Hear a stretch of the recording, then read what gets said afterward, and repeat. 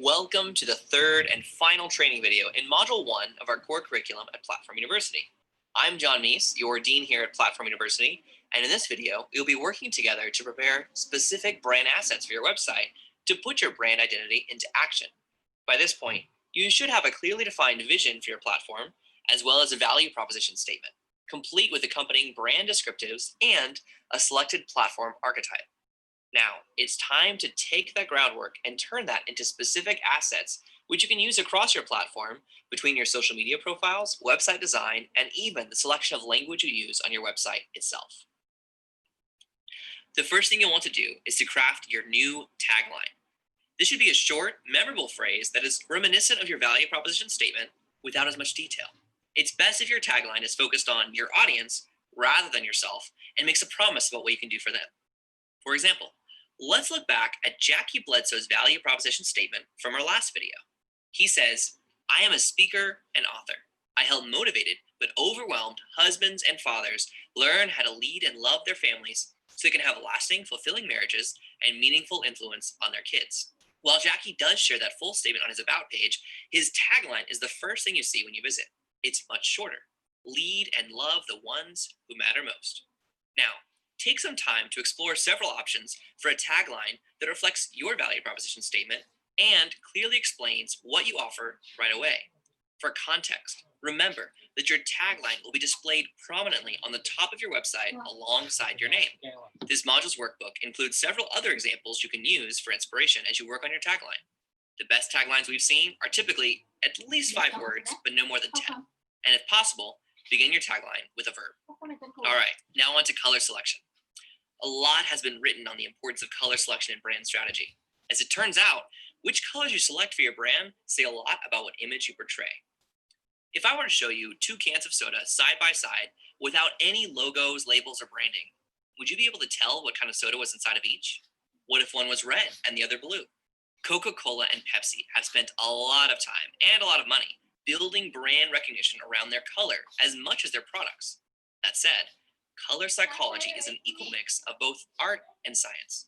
While a color like orange, for example, is often associated with energy or action, a brighter orange might portray a more playful tone, and neon orange is just plain annoying.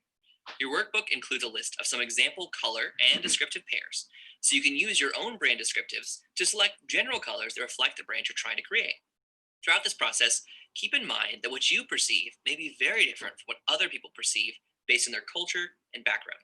The most important distinction in color selection for an online platform is consistency. Specifically, you want one primary color, one secondary color, a shade of black or gray, and a base color, often white. These should not just be the overall color category like blue, but should reflect an exact specific shade you'll consistently use, typically in a format called a hex code like pound 2DA 2CC. If you're not familiar with hex codes, don't fret. There's more detail explaining this in the accompanying workbook.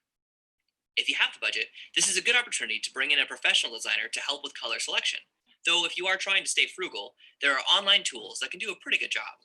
Once you've made your color selection, you will use these colors across your website, but you should also incorporate these into product designs or even your wardrobe, at least for photo shoots. In time, people will come to associate your brand with that color and hue. And if you've made your selection well, they will start using the same word to describe you that your brand descriptives reflect. Finally, it's time to get professional photos of yourself. After all, when you are building a personal platform, you are the brand. Your headshot and similar photos are often the first way your audience gets to know your personality, putting a face and human element to words on the screen. Quality photography is crucial if you plan to earn your audience's trust. This is one area where you don't want to cut corners. Find a professional photographer in your area to hire. If the cost is prohibitive, get creative. Could you trade services with a photographer or find a photography student in a nearby college who needs practice or to build their portfolio? You will want a high quality photo of yourself from the waist up, looking at the camera and smiling, but you will also want as many action photos as you can pull off that relate to your audience. These could be photos where you're coaching a client, speaking in front of an audience, or perhaps simply writing at your computer. There's no harm in staging these photos because the odds are you're not doing all 3 in one day. Once you've collected those assets, your brand identity is ready to share with the world. In Module 2, we'll dive into the technical side of setting up your website, but you'll have a head start because you've already got your tagline, brand colors, and professional photos to use.